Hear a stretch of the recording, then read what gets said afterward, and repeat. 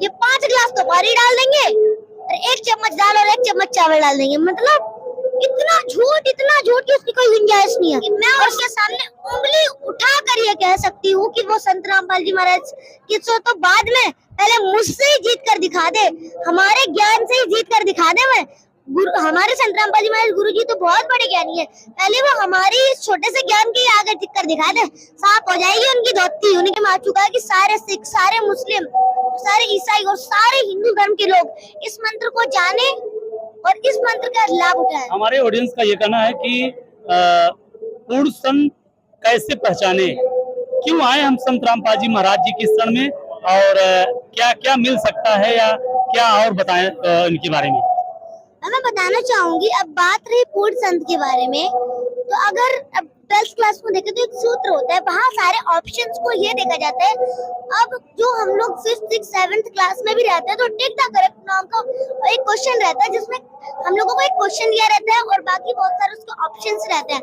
हमें उस सही उत्तर को खोज कर निकालना होता है जो बिल्कुल सही है, मतलब उसमें कोई भी ज्यादा गलती नहीं है, फिर कोई भी संदेह की गुंजाइश नहीं है। तो अब हम लोग उस सूत्र को जांचेंगे जो हमारे धर्म शास्त्र है, उनकी पहचानों को निकालेंगे कि क्या तत्वदर्शी संत रामपाल जी महाराज जी जो है उनकी जो पहचान है और फिर जो पूर्ण संत की पहचान होती है उन्हें निकालेंगे और सारे धर्म गुरुओं को कंपेयर करेंगे। तुम बताओ तुम बताओ तुम बताओ, तो सारे झूठे पाएंगे। झूठे तो होंगे ही, पोथी ले लेके बैठे हुए, इन्हें कुछ भी एबीसीडी का ज्ञान है नहीं, तो ये झूठे हैं। लेकिन आप झूठा इनको क्यों कह रही हैं, ये कितनी सच्चाई है? हर कोई व्यक्ति झूठा नहीं हो सकता है, तो आप संत रामपाल जी महाराज जी को सही कैसे कह सकते हैं? अब जैसे अब मैं बताऊं, एक हमारे कवि हुए राम रहीम जी, उनकी वाणियों में आता है कि खीरे के सिरे से उसे मीठा, मतलब वह कड़वा होता है, उसको खाने लायक बनाने के लिए उसे सिरे से काटा जाता है और उस पर कड़वी चीज नमक ही डाली जाती है। मतलब कड़वी चीजों को मीठा बनाने के लिए उस पर कड़वे शब्दों का ही प्रयोग होगा। अब ये झूठे हैं तो इन्हीं की भाषा में, मतलब इन्होंने झूठ बोला है, तब इन्हीं की भाषा में इन्हें जवाब देंगे कि झूठे हैं, तो हम इन्हें कैसे झूठे ना बोले। और अब बात रही संत रामपाल जी महाराज जी की, तो मैं एक एग्जांपल से दूं, मैं इस आश्रम के पीछे एक बड़ा सा पत्थर गाड़ दूं और उससे थोड़ा बहुत कर दूं आडंबर वगैरह, तो 10 बार तब पूजोगे तो 20 खारे पीछे आ लेंगे। मतलब देखा देखी करते हैं हम लोग भक्ति, किसी का देख लिया इधर से उधर, इधर से उधर। संत रामपाल जी बिल्कुल महाराज बिल्कुल एकदम 101% सही ज्ञान बता रहे, तो वह बिल्कुल सही है। और ये जो नकली धर्मगुरु भट्टा बिठा कर बैठे हुए, इनसे कोई लाभ मिलना नहीं है। ये अन्य संतों को आप गलत ठहरा रही हैं कि ये लोग भट्टा बैठा दिए हैं। कौन सा भट्टा ये लोग बैठाएं, आप बताइए। अब बताएं तो अगर अब बताएं नकली धर्मगुरुओं की, तो इनका प्रोपेगेंडा है अज्ञान की दुकान। अज्ञान की दुकान एक ऐसी चीज बना रखी इन्होंने कि जो भी आया, आजा बेटा ले तू भी धूप बत्ती लगा ले इस पत्थर के आगे, एक पत्थर तू नारियल इस पे फोड़ दे और इस पे तू दूध चढ़ा दे, लो बन गई भगवान। मतलब इन्होंने इतना ज्यादा हमारे माइंड की परिधि को ऑफ कर दिया कि हम कुछ सोच ही नहीं सकते। और आज की न्यू जनरेशन ने इनके ज्ञान को कंपेयर किया, तो झूठे हैं तो झूठे ही बोलेंगे। बाकी संतों को आप झूठा साबित कर रहे हैं, और क्या बताना चाहते हैं इनके बारे में कि इन्होंने कौन कौन सी गलती किया? क्या कोई प्रमाण भी इनका है? अगर इन्होंने कुछ सच बोला हो, अब मैं जैसे बताऊं एग्जाम्पल से, इन्होंने खिचड़ी ज्ञान दे रखा, खिचड़ी ज्ञान। इन्हें खिचड़ी बनाने तक का भी ज्ञान नहीं है। ये 5 गिलास तो पानी डाल देंगे और 1 चम्मच दाल और 1 चम्मच चावल डाल देंगे। मतलब इतना झूठ कि उसकी कोई गुंजाइश नहीं है।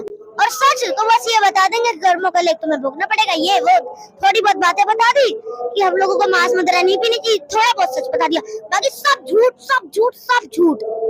मतलब इन्होंने क्या हमारे समाज के, हमारी श्रद्धा के साथ इन्होंने खिलवाड़ किया है। और मैं इनके सामने, इनकी जनता, इनके अनुयायियों के सामने उंगली उठाकर ये चैलेंज दे सकती हूँ कि आप झूठे हैं। अपनी ये झूठी ज्ञान आपने बताया स्वीकार लीजिए, वरना आपका पत्ता तक भी जगह नहीं देगा कि मुंह छुपा लो। आपकी आंखें मोती की तरह चमकेंगी, पत्ते भी जगह नहीं देंगे कि आजा भाई तू मेरे पीछे छुप जा। ऐसा इन्होंने समाज को एकदम गलत दिशा प्रदान की है, हमारी श्रद्धा के साथ खिलवाड़ किया है। भेड़िए है ये, 1 नंबर के भेड़िए, तो हम इन्हें भेड़ समझ रहे थे, इतने अच्छे हैं, हमें इतना लाभ देते हैं। हमारे जीवन का नाश करने वाले भेड़िए है ये। अच्छा, तमाम ऐसे संत ये भी कहते हैं कि संत जी तो सदग्रंथों का हवाला देते हैं, तो हम भी हवाला देना स्टार्ट करें तो सही रहेगा? जी क्या उन्हें सदग्रंथों का ज्ञान नहीं था, आप इस प्रकार से बता रही हैं? बिल्कुल भी ज्ञान नहीं था। मैंने आपको पहले ही बताया कि वे सदग्रंथों को केवल चमकदार पढ़े हुए लाल कपड़े में लपेटना जानते थे, एबीसीडी नहीं आती थी। अब गीता जी में बताया गया है कि मतलब अब गीता जी जो है वो सारे वेद शास्त्रों का एक मतलब सारांश है। गीता जी में जो बोला गया है बिल्कुल ही मतलब ऑथेंटिक माना जाता है हमारे हिंदू धर्म में। ये लोग गीता जी के आधार से भी ज्ञान नहीं दे रहे। क्या है इनका आधार? आप कबीर साहब को भगवान मानती हैं? जी बिल्कुल। कबीर भगवान कब से बने?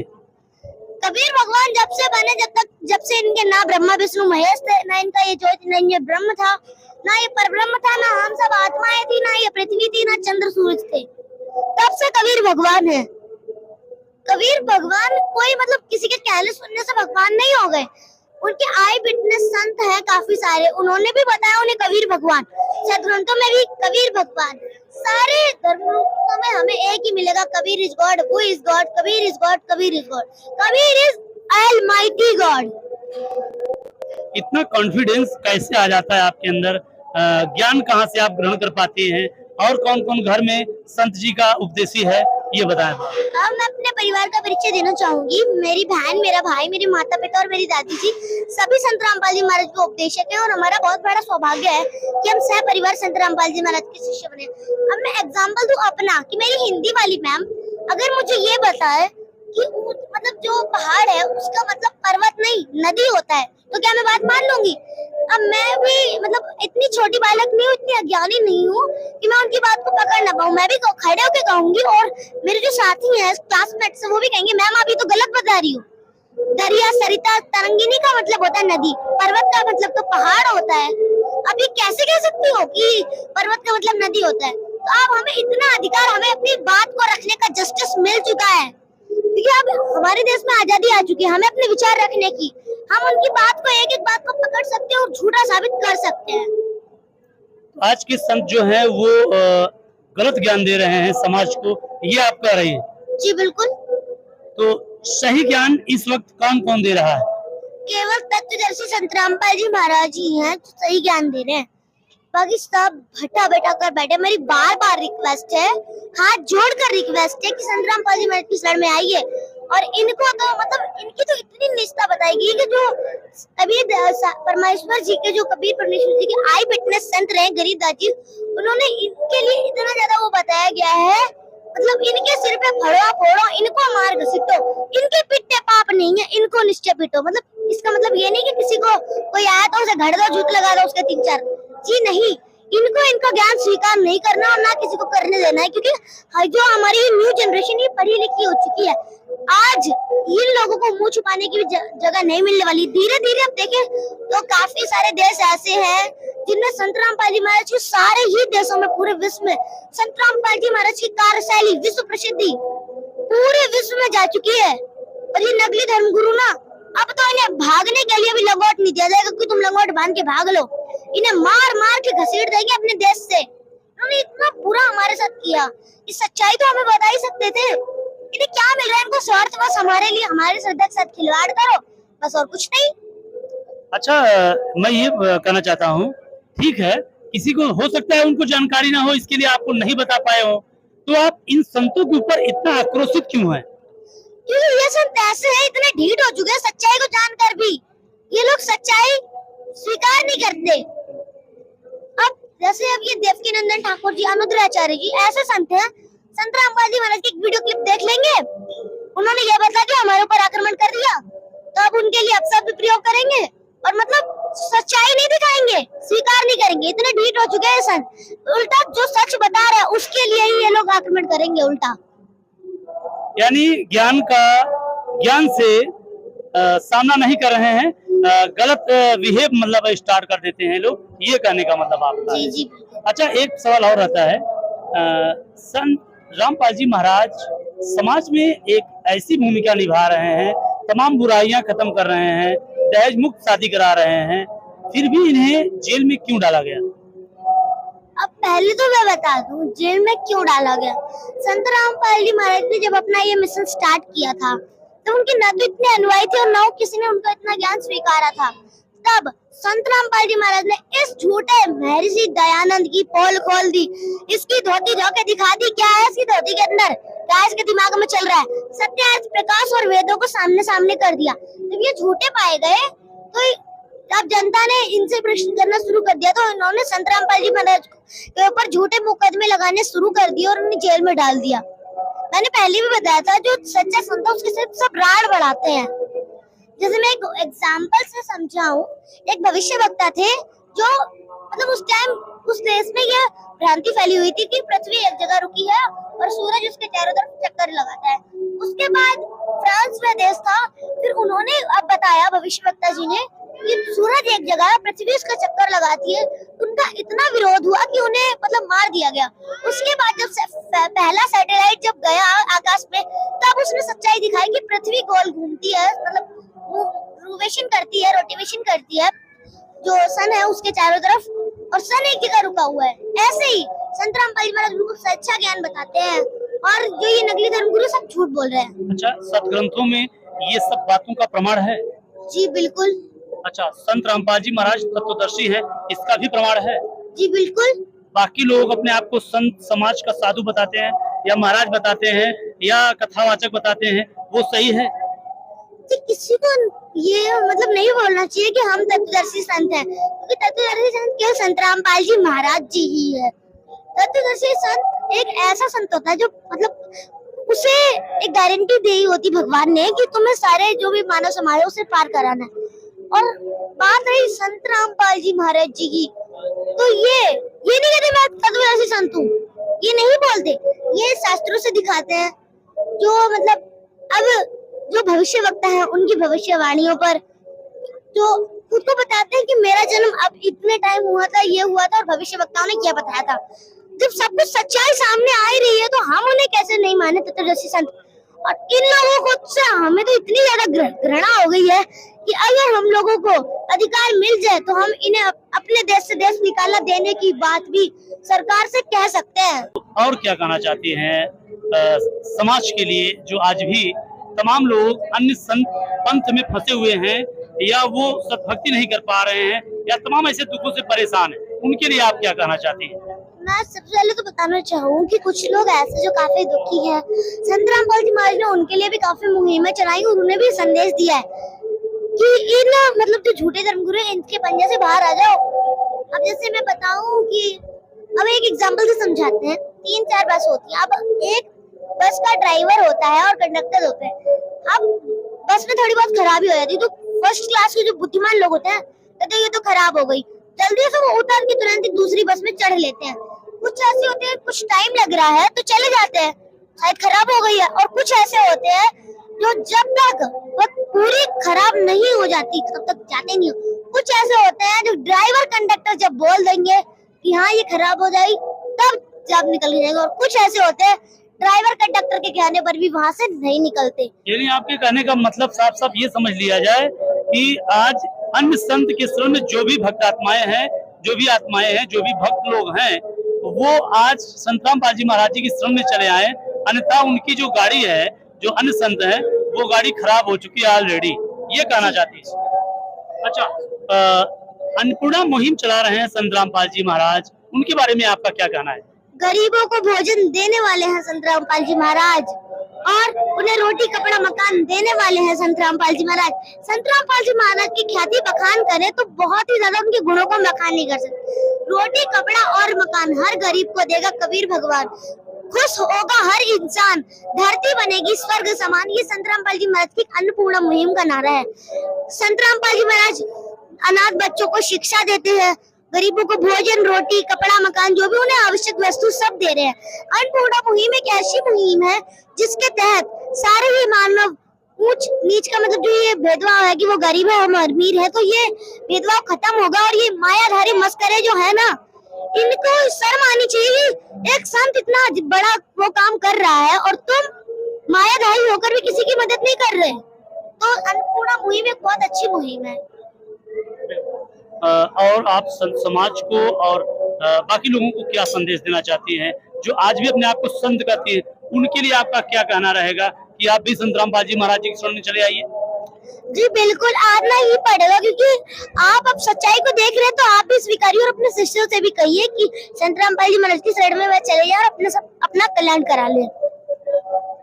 तो दर्शकों देखो, आपने आज इस बच्ची ने तो ऐसे ऐसे जवाब दिए हैं कि वाकई में संत समाज को शर्मिंदगी महसूस हो रही होगी।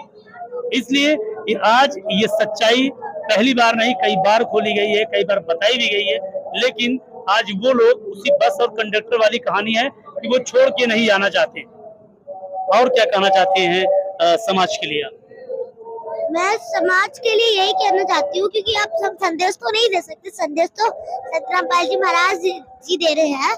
मैं समाज को यही कहना चाहूंगी कि आप संत रामपाल जी महाराज की शरण में आ जाओ। आपको भी वही बस कंडक्टर जैसा काम करना है क्या?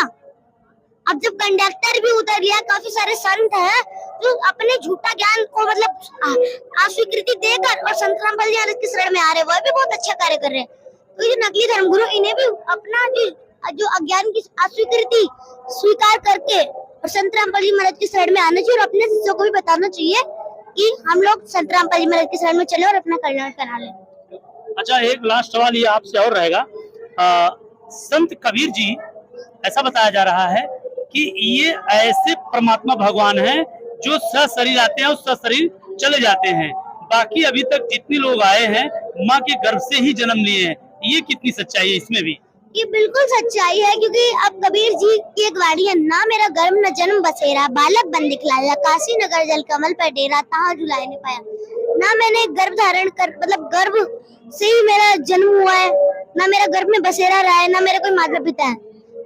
कबीर जी सतलोक से अपने निज धाम से सशरीर आते हैं और सशरीर ही जाते हैं।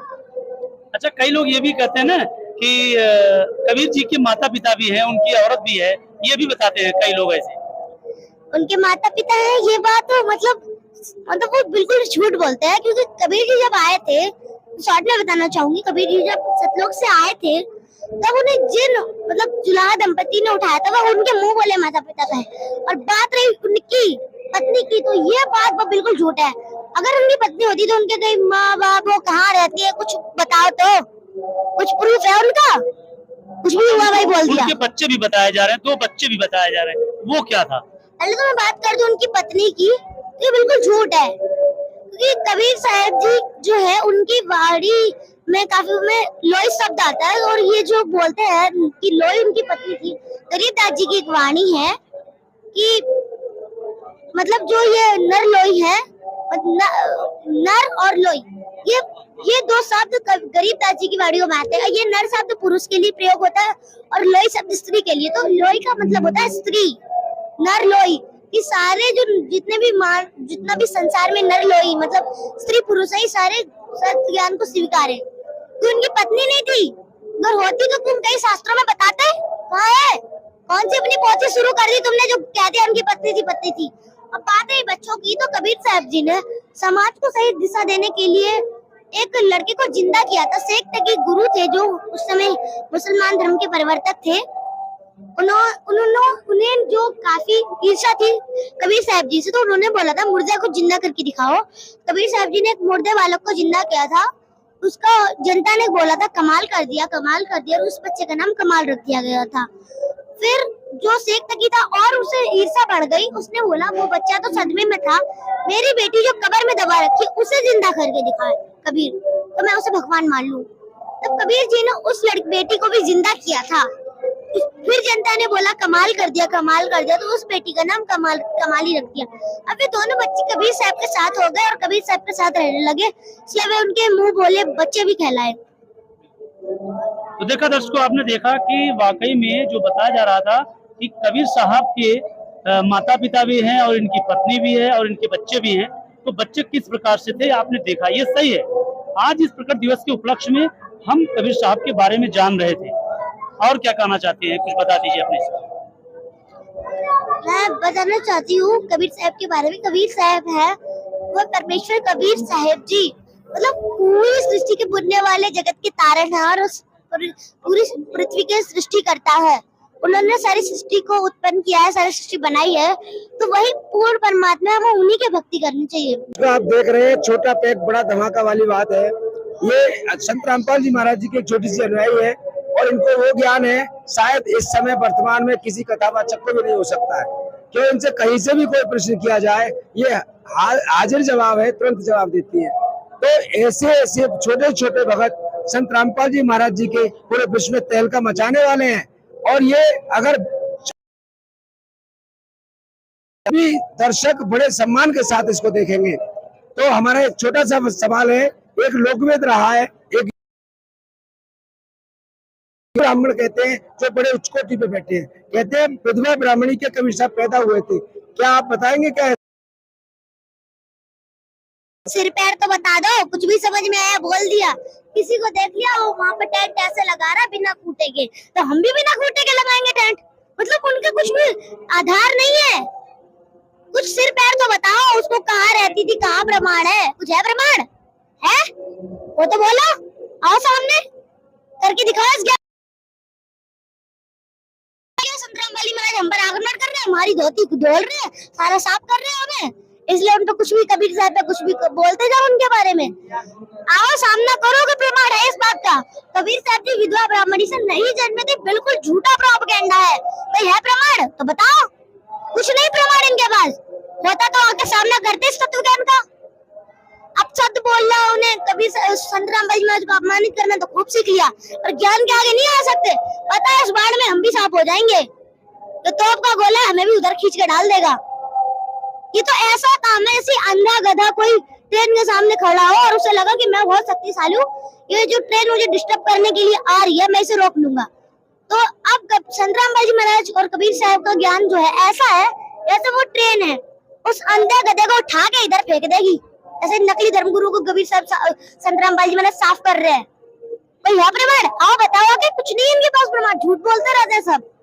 तो दर्शकों ये तो सिद्ध हो चुका है कि कबीर ज्ञान सो ज्ञान ली और ज्ञान सो ज्ञान ली, कबीर ज्ञान सो ज्ञान, जैसे गोला तोप का करता चले मैदान।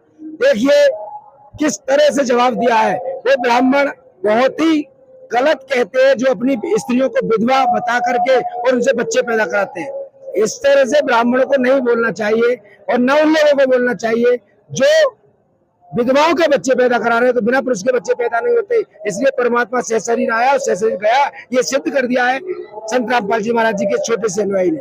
तो दर्शकों विश्वास कीजिए और इस बात को सत्य लेकर के आप निर्णय कीजिए। और हमारे दर्शकों को क्या संदेश है आपका जो बहुत तेज और सीधा उनके दिल पे वार करता हो? सबसे पहले तो मैं बता दूं कि मैं संदेश तो मैं दे नहीं सकती, मैं बस हाथ जोड़ के रिक्वेस्ट ही कर सकती हूँ। और बात रही उनके दिल पर बात लगने की, तो सबसे पहले तो मैंने ऐसी एक बात कही है कि मैं उनके सामने उंगली उठा कर ये कह सकती हूँ कि वो संत रामपाल जी महाराज की तो बाद में पहले मुझसे ही जीत कर दिखा दे, हमारे ज्ञान से ही जीत कर दिखा दे। मैं हमारे संत रामपाल जी महाराज गुरु जी तो बहुत बड़े ज्ञानी है, पहले वो हमारी छोटे से ज्ञान के आगे टिक कर दिखा दे, साफ हो जाएगी उनकी धोती। उनकी ना इतनी हिम्मत की आ जाए हमारे सामने भी, हम बड़ा विद्वान आ जाओ अपना मुंह काला करा के जाएगा। हमारे ज्ञान के सामने जब वो नहीं टिक सकते, हमारे गुरु जी के सामने उन्हें ज्ञान तो उन्हें धो देने वाला है ही। और मैं संदेश तो क्या यही देना चाहूंगी कि अगर उन्हें ज्यादा ही लगता है कि मेरी बात इतनी ज्यादा उन्हें चुभने वाली है, तो आकर वो मुझसे भी ज्ञान चर्चा कर सकते हैं। मेरे को भी कोई हिचकिचाहट नहीं है और मैं एकदम जो भी मैंने सुना है, मतलब जो भी देखा है अपने धर्म शास्त्रों से, मैं सही चीज वही बता रही हूँ, ना कि मैं संत रामपाल जी महाराज को गुणगान कर रही हूँ या फिर मुझे कोई इस तरह के लिए प्रेरित किया गया हो कि ऐसे बोलना ऐसे बोलना। मैंने जो सदग्रंथों में पढ़ा देखा मैं वही बता रही हूँ। और जब ये झूठ बोल रहे हैं इन्हें शर्म भी नहीं लग रही, इन्हें तो बाहर जानी चाहिए।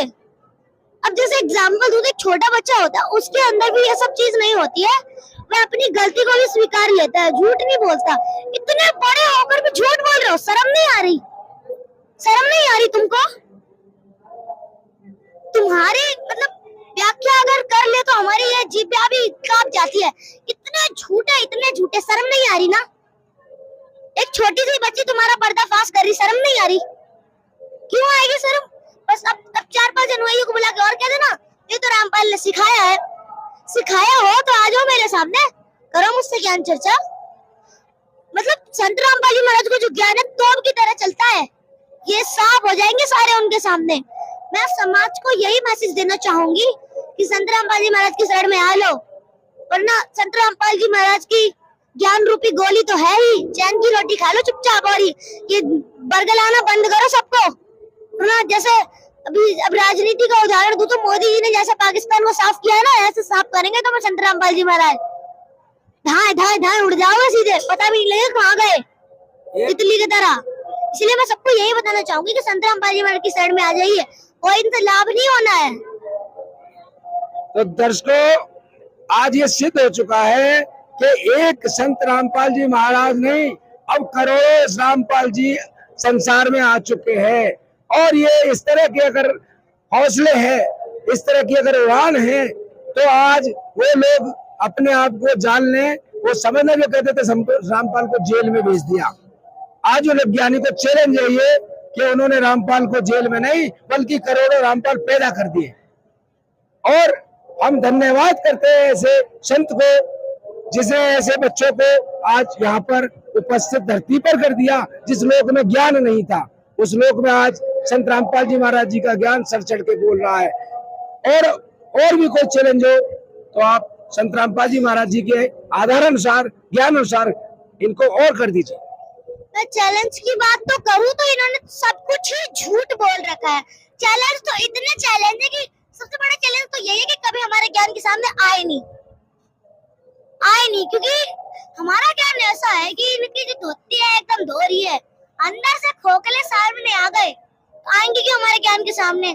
ये झूठी साधना ये बताते, पाखंड ये कराते, कर्मकांड ये कराते, लोगों को बरगलाते, ये झूठ ये बोलते, तो सच बोलने वाले के सामने आएंगे कैसे? ये सबसे बड़ा चैलेंज है। ये एक सवाल ये भी होता है, एक लोक वेद में ये भी आता है, मतलब हमारे संसार में, समाज में ये सब कहते हैं कि सबका गुरु ब्राह्मण होता है।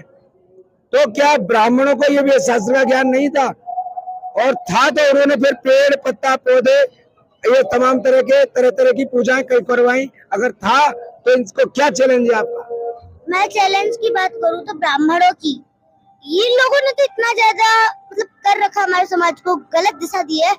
देवी महापुराण में भी बताया गया है, राजन उन प्राचीन युगों में, मतलब देवी जी एक राजा को बताती हैं कि उन प्राचीन युगों में, मतलब जो पहले के युग थे, सतयुग, त्रेता, द्वापर, उनमें जो राक्षस समझे जाते थे वो आज कलयुग के ब्राह्मण हैं। उन प्राचीन युगों में जो राक्षस समझे जाते थे वो आज कलयुग के ब्राह्मण। एक बार फिर कान खोल के सुन लो, सतयुग, त्रेता, द्वापर में जो राक्षस समझे जाते थे वो आज कलयुग के ब्राह्मण हैं। क्योंकि आजकल के कलयुग के ब्राह्मणों को काम लोगों को झूठ बोलना, ठगना और पैसा अपना धंधा चलाने का ही रह गया है। सब झूठ बोलते हैं वो लोग। अब सदग्रंथ खुद बोल रहे हैं, आप कहो कि मैंने झूठ बोला, कहो कैसे कहोगे? कैसे कहोगे तो मैंने सच बोला है? बिल्कुल तुम्हारी धोती धोके रख देंगे एक सेकंड में। आओ तो गुरुजी के बारे में झूठे शब्द बोलो, उन्हें बदनामी करोगे तो खूब कर लेते हो। ज्ञान के आगे बोलना तुम्हें आता नहीं है कुछ है? बोल के दिखाओ, कुछ दिखाओ बोल के। एकदम बिल्कुल भी नहीं। सबसे बड़ा चैलेंज यही है कि हमारे ज्ञान के सामने आए तो ये लोग